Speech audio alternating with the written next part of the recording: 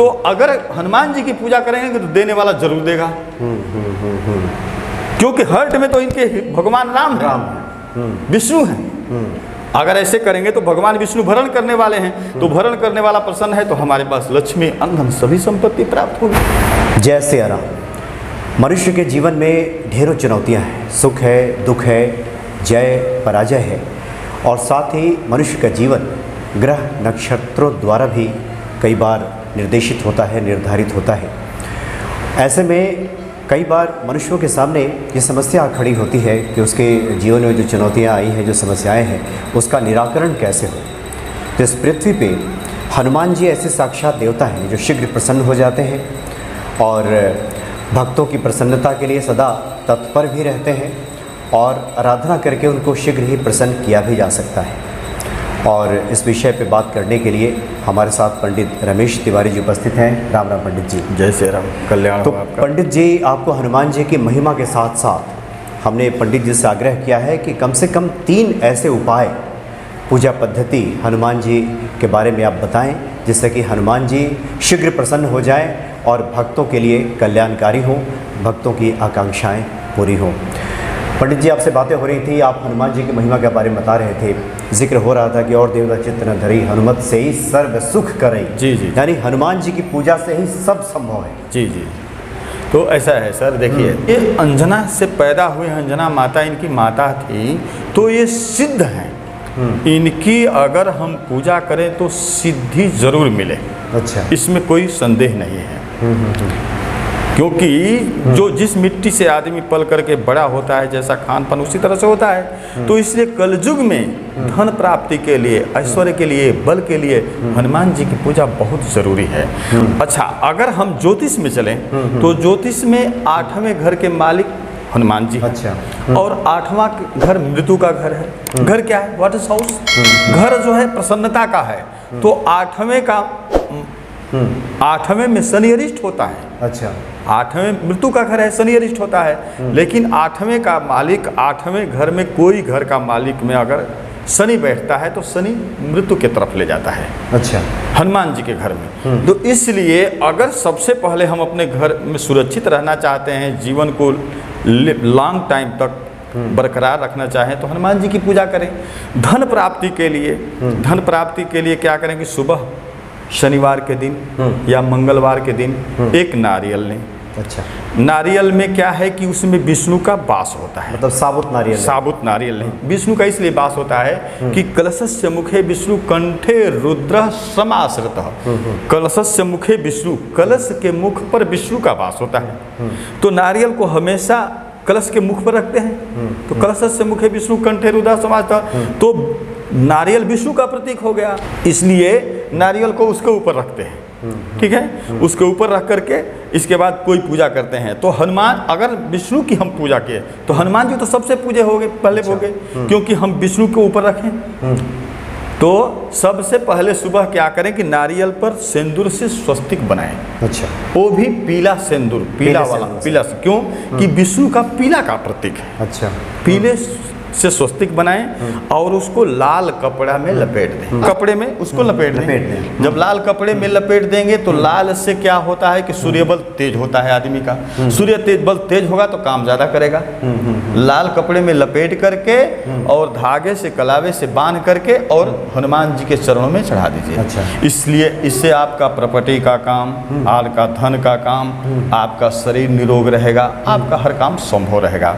दूसरी बात, अगर उससे न हो, ज़्यादा शनि परेशान करे, एक बार फिर से स्पष्ट कर देते हैं भक्तों के लिए कि शनिवार या मंगलवार को या मंगलवार साबुत आप नारियल लाएं जी, और इस पे पीले सिंदूर से स्वास्तिक बनाएं। जो हनुमान जी को सिंदूर जो लेप लगाया जाता है, का मतलब ही होता है कल्याणकारी। हाँ। और उसको लाल कपड़े में लपेट दें। और लपेटने के बाद भक्ति भाव से स्नान करके, स्नान आदि क्रिया से निवृत्त होकर के शनिवार या फिर मंगलवार को हनुमान जी के मंदिर में जाकर हनुमान जी के चरणों में अर्पित कर दें और वहीं पे छोड़ दें। छोड़ दें। जी, तो ये सिर्फ एक बार करना है या फिर आगे? नहीं, अगर महीने में 2-3 बार कर देते हैं तो आपकी जो लक्ष्मी जा रही है, अच्छा। या कोई प्रॉपर्टी का या कहीं काम रुका है तो आपका काम चलना शुरू हो जाएगा।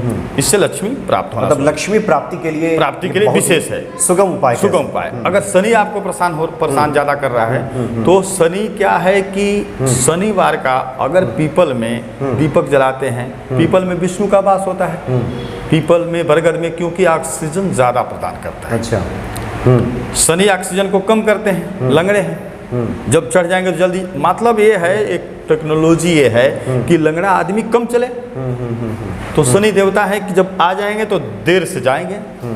तो शनि के पत्ते पर लाल सिंदूर को घोल करके और उस पर राम राम लिख करके 108 माला बनाई है और शनिवार को हनुमान जी को चढ़ा, मतलब 108 पत्तों की माला, 108 पत्तों की माला बनाई और उसको लाल कलावा में बनाई है और हनुमान जी को चढ़ा दीजिए। इससे शनि का दोष भी निवृत्त हो जाएगा और विष्णु भगवान भी प्रसन्न रहेंगे, तो इससे आपकी लक्ष्मी की वर्षा होगी।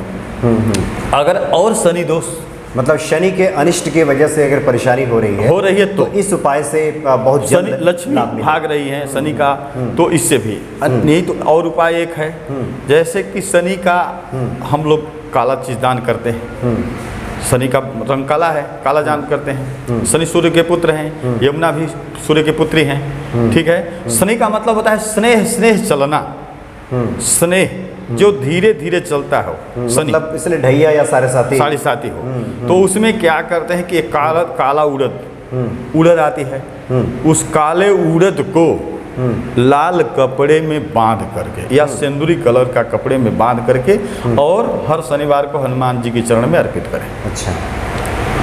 इसलिए हनुमान जी इससे भी प्रसन्न होते हैं, आपका शरीर निरोग रहेगा, लक्ष्मी प्राप्त होगी। तो कलयुग में अगर आपको भक्ति, मेडिटेशन अधिक से अधिक करना है, आप हनुमान जी का 11वां अवतार रुद्रावतार है, अगर ऐसे कहेंगे तो इनकी पूजा से शंकर जी भी प्रसन्न हैं। शंकर का मतलब और शिव का मतलब दोनों में अंतर है। अच्छा। ये अंतर है, शंकर का मतलब होता है अर्धनारीश्वर, जिसमें कि आधा अंग पार्वती जी का और आधा शंकर जी का है, अर्धनारीश्वर। और शिव का मतलब पार्वती, क्योंकि शंकर जी को पार्वती जी ही जब कुछ कही है तो किसी को कल्याण करने वाले दिए हैं, और पार्वती जी की सिद्धि हनुमान जी को है। सीता माता जी इनको आशीर्वाद दी थी, अजर अमर गुण से तो हो करहु बहुत रघुनायक सो।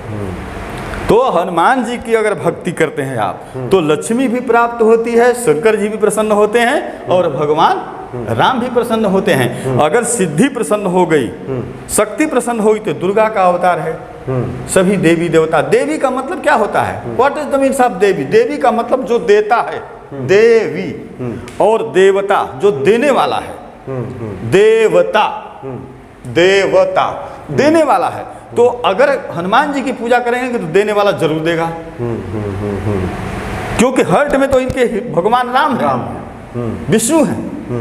अगर ऐसे करेंगे तो भगवान विष्णु भरण करने वाले हैं, तो भरण करने वाला प्रसन्न है तो हमारे पास लक्ष्मी अंधन सभी संपत्ति प्राप्त होगी।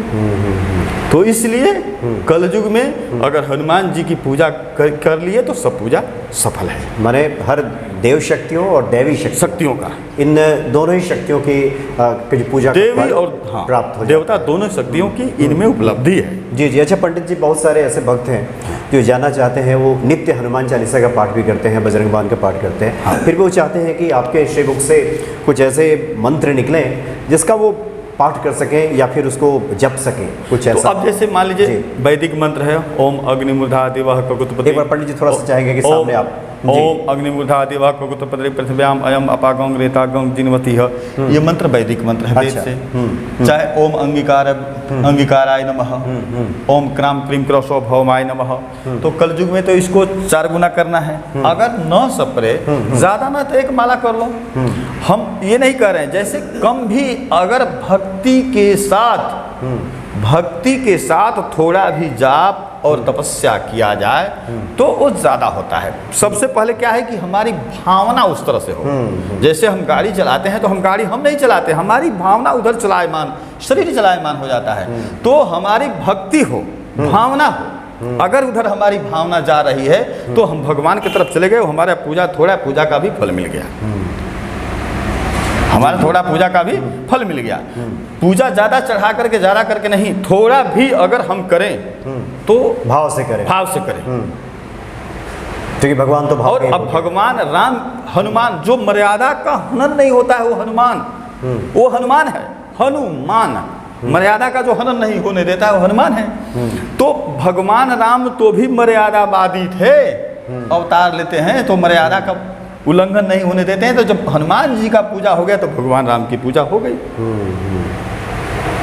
और राम कोई शक्ति है नाम की, राम नाम की शक्ति है। राम कहीं ये नहीं है कि वो तो जन्म होता है कब, कि जब ज़्यादा पृथ्वी पर राक्षस हो जाए, दुष्ट हो जाए तो भगवान का अवतार होगा। कलयुग भगवान को केवल शरीर धारण करना नाम पड़ता है। आधारा। बस राम नाम बहुत शक्ति है।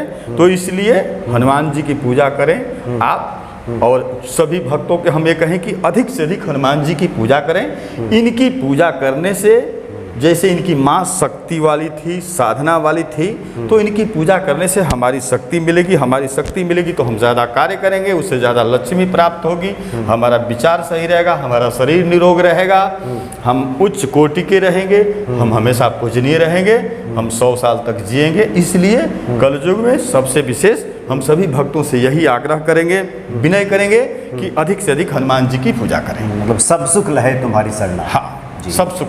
जी, यानी कि जो भी सुख हाँ, व्यक्ति जिसकी आकांक्षा कर सकता है, जो उसका मनोरथ है, हाँ, वो हनुमान जी की पूजा आराधना से उसे हासिल हो जाएगा। बिल्कुल। पंडित जी, आपने बहुत ही अच्छी जानकारी दी और हम चाहेंगे कि आगे भी पंडित जी से हनुमान जी के बारे में चर्चा करते रहेंगे। कुछ और भी उपाय, कुछ अन्य भी पूजा पद्धतियों के बारे में हम बारी बारी से जानते रहेंगे। बहुत बहुत धन्यवाद पंडित जी। ठीक है सर, राम राम। फिर ब्रेक के बाद मिलते हैं। और आपसे मिलकर बहुत अच्छा लगा, क्योंकि अगर मनुष्य ईश्वर के तरफ हमेशा रहे तो उसको कोई चीज़ दुर्लभ नहीं है, सुलभ है।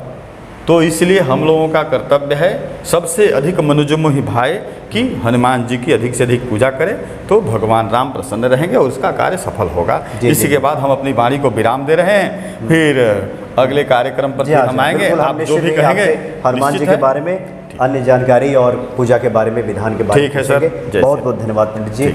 जय श्री राम। जय श्री राम। जय श्री राम।